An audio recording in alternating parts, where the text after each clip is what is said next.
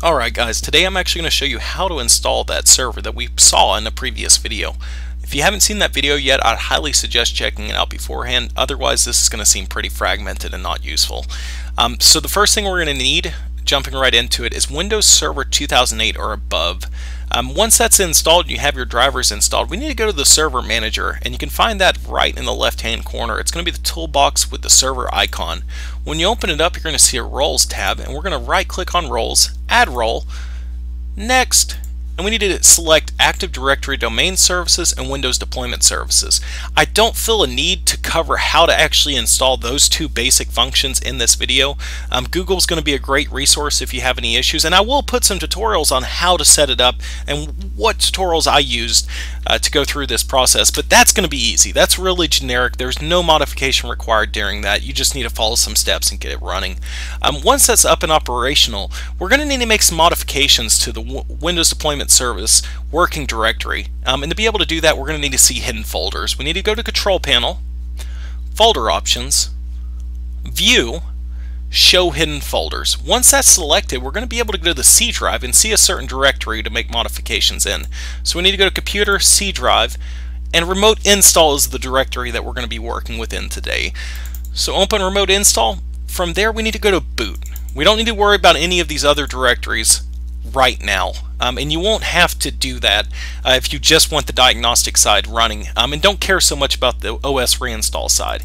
So open up Boot, and there's two folders that we're going to care about, the x64 and the x86. Those are going to house the images, so the media type you're attempting to boot, and also the menu, so where is the file located at, are there any special commands to run it whenever we boot it. And we'll use the x64 as an example, but what you're going to have when you look in the description of this video is a download link to be able to have that x64 and x86, so the Linux side of it is already going to be taken care of for you. You only have to worry about two things, and that's going to be Linux file and pxclinux.cfg. Let's talk about Linux first. Linux is really going to be where you house all the media for the booting process. So if you're trying to boot Hiren's Boot CD, Ultimate Boot CD, or any other type of live boot CD, you house the ISO in this folder. And this is just for the directory structure, so that it knows, the menu knows where to look to boot.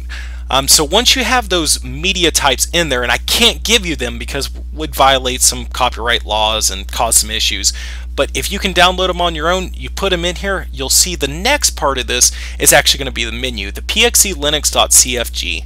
And within pxclinux.cfg, there's only one file that we care about, and that's the default file. And it's going to say default and then file. It's not going to have a file extension, and we cannot add a file extension to this, otherwise it won't work. Okay, so we have to make sure when we save it, we save as and leave no file extension. Okay, so this is what you're going to see whenever you actually open up the default file, and it's going to be the code to run all those utilities that you have in there.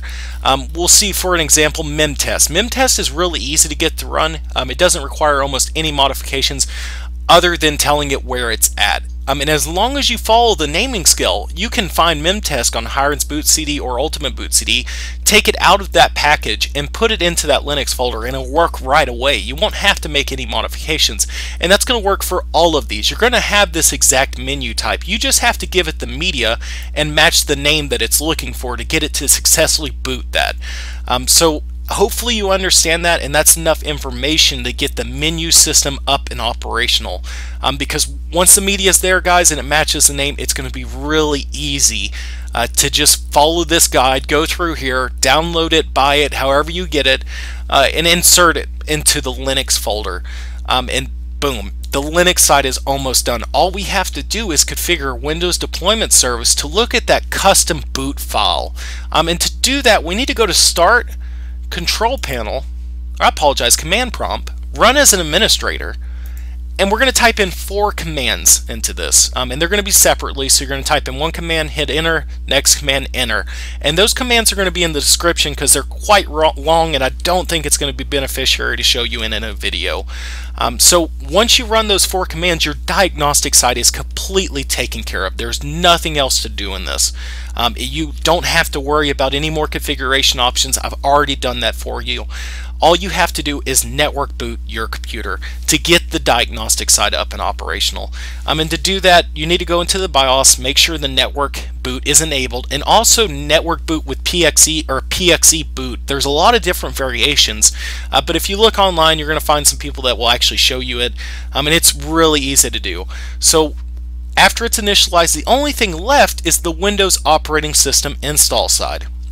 And to really get that up and operational, you're going to have to do a little bit more work on your end, sadly. I wish I could give you my images, because it's not like there's licensing on them, but there's a lot of different applications, and I'm sure it would infringe on some copyrights. So what you'll have to do is get a perfect image. So essentially install Windows 7 on a blank PC or a virtual box or whatever, install all the applications you want that you want to install multiple times to other PCs, install all the runtimes, install all the updates, and at the end of the day you're going to have this perfect image that you wish you could replicate to every PC. And that's what the goal of the operating system install on this is, to be able to replicate it in an efficient manner and keep it updated. So you're going to follow a couple tutorials after that point, and those are going to be in the description, because the Windows side of it is not so much custom. What I am going to give you though is what's called unattend.xml files, and these unattend.xml files are really useful. They don't add any crazy settings. They set the time zone to like Eastern Standard Time. That might be the only drawback for you, but they get you through all the setup UI options automatically without having to click on every single one. And then at the end of it, you add your own product key. So it's not going to cracktivate it, it's not going to do anything of that nature, but it is going to get it completely automated on your end. And that's going to save you a lot of time.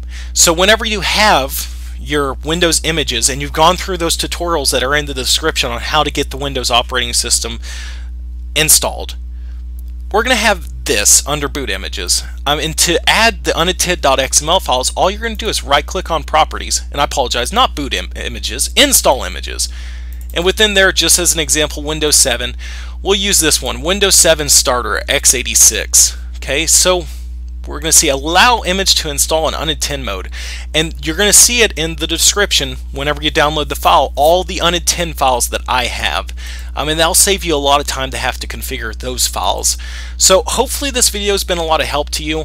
I wish there was more I could do to get you off the ground and started right away, but I'm really afraid that I'd infringe on a lot of different copyrights if I went too much further with this and gave you the files and got it to where that is. But look guys, there's going to be a lot of useful resources in the description. There's going to be a lot of different ways to do it, and hopefully this has at least given you the core foundation that you're going to need to get to the next step and make it your own.